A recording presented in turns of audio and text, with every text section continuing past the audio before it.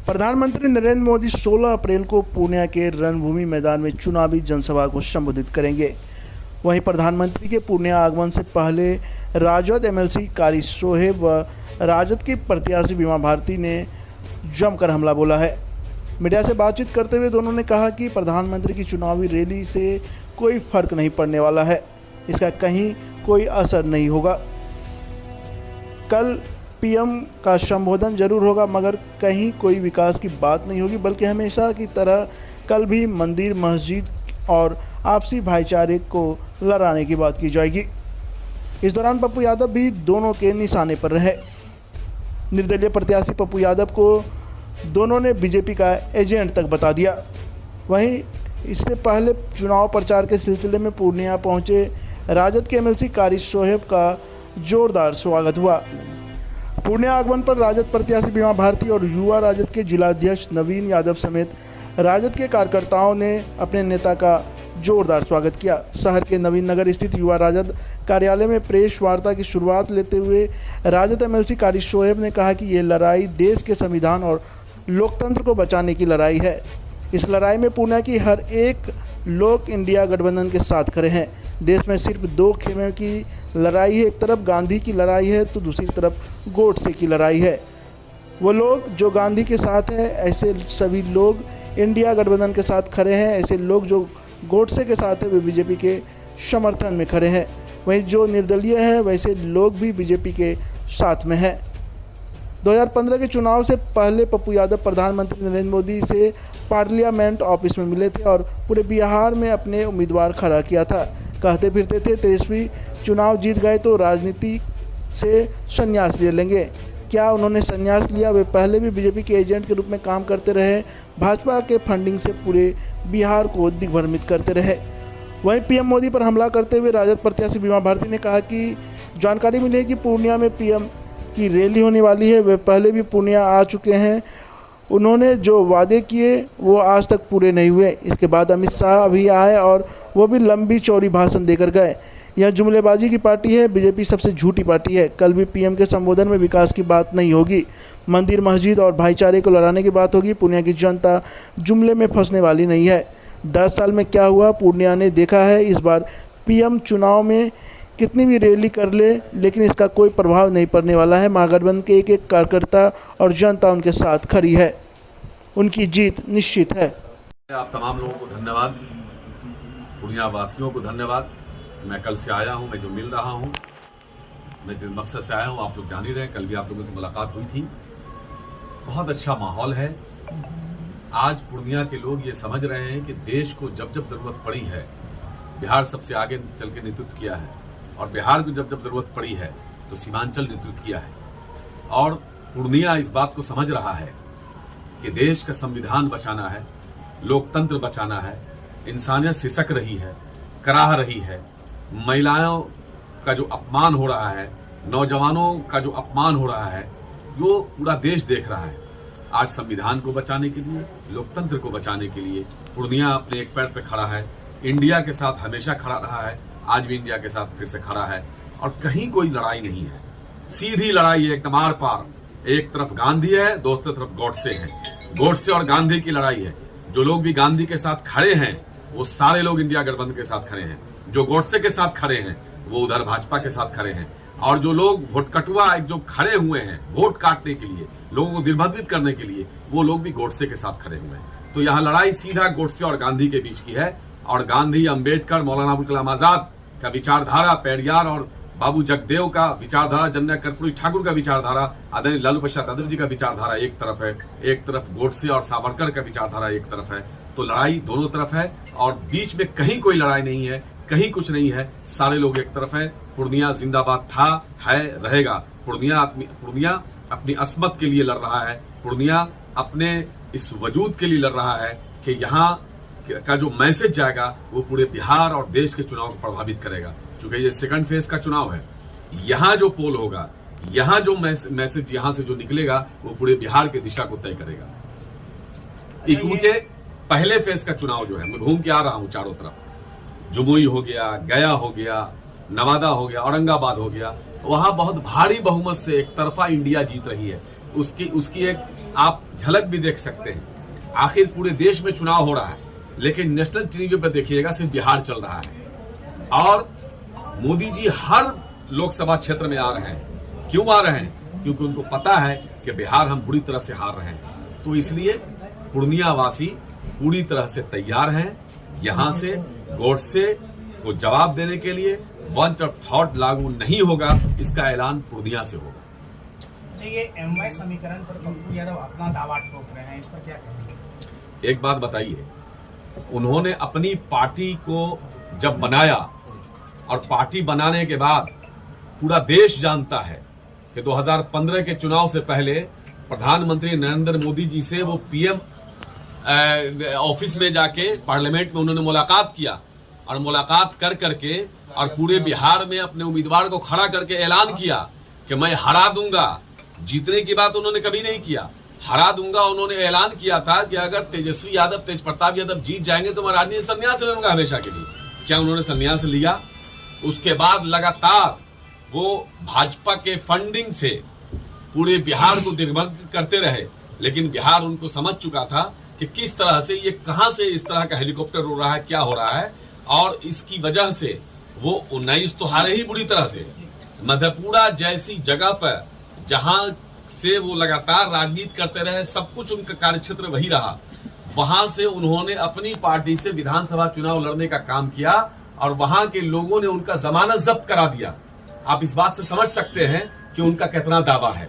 इसलिए पूर्णिया की जनता समझ रही है कि बाहर से लोगों को बुला करके और यहाँ भीड़ जमा करके, आप पेड न्यूज चलवा करके और यहाँ वहां से लोग को बुलवा करके आप ये दिखाने की कोशिश कर रहे हैं कि भाई तो मैं ये हूं, मैं वो हूं। तो वो बाहर के लोग समझ सकते हैं पेड न्यूज देख करके, या पूर्णिया में बाहर से आप जाके देख लीजिए, सारे होटल बुक है, कहाँ के लोग हैं पता कर लीजिए, आप मीडिया के लोग हैं।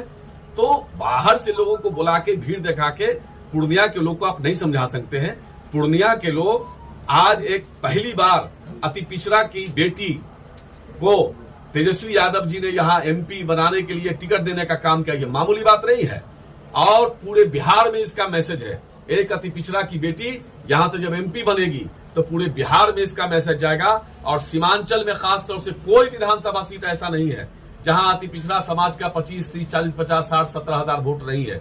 एक एक सीट हम लोग जीतने का काम करेंगे।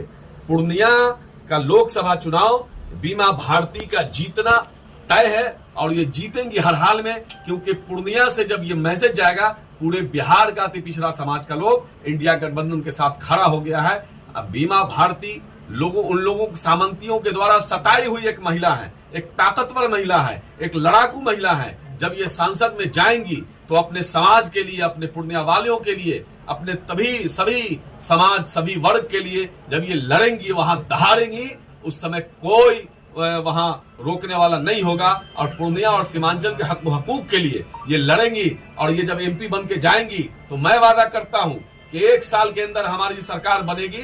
हमारे आदरणीय तेजस्वी यादव जी घोषणा पत्र जारी किया है कि हम 5 एयरपोर्ट देने का काम करेंगे। जिस दिन ये एमपी बन के गई उसके 1 साल के अंदर पूर्णिया का एयरपोर्ट चालू होगा। मैं इसका वचन देता हूं आपको। मैम, कल मोदी जी आ रही हैं। मोदी जा रहे हैं, सब लोग जान रहे हैं। और मोदी जी जो है आपके चैनल के माध्यम से बताना चाह रहे हैं कि मोदी क्या दिए हैं पूर्णिया में, जो आएंगे जो कल क्या बोलेंगे। पूर्णिया में तो कुछ मिला नहीं है मोदी के थ्रू। आज अमित शाह जो आए थे वो भी लंबा लंबा भाषण दे के चले गए थे पूर्णिया से। यह जुमलाबाजी की पार्टी है बीजेपी, यह सबसे झूठा पार्टी है।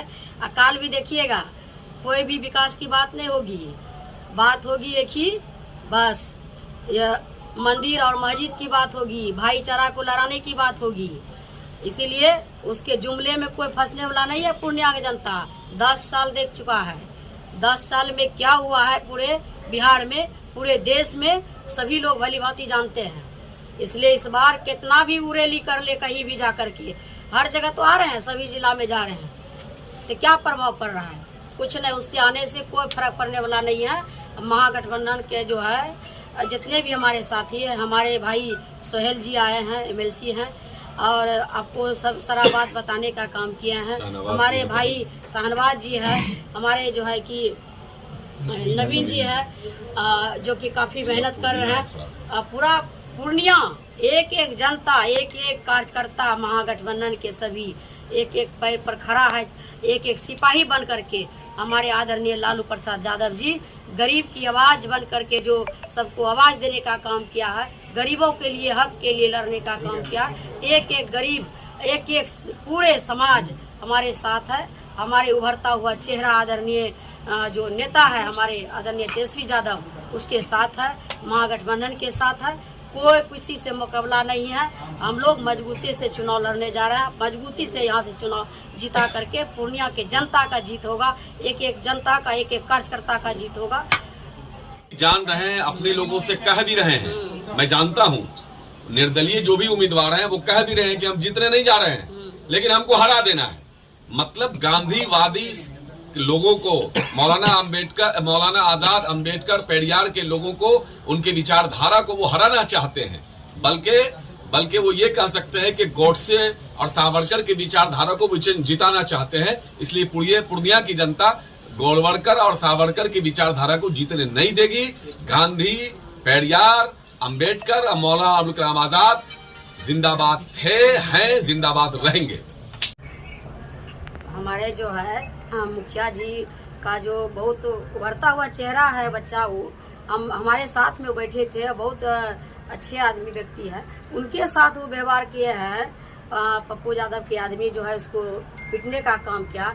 मुस्लिम का बात करते हैं, मुस्लिम का हितैषी बनते हैं, सब जगह जाते हैं। और या जो है कि उसको पिटाई किया है, मैंने कार्यक्रम में गया तो उसको मारने का काम किया। अभी जब जीता नहीं है तो तानाशाही कर रहे हैं, जब जीत जाएंगे तो क्या करेंगे।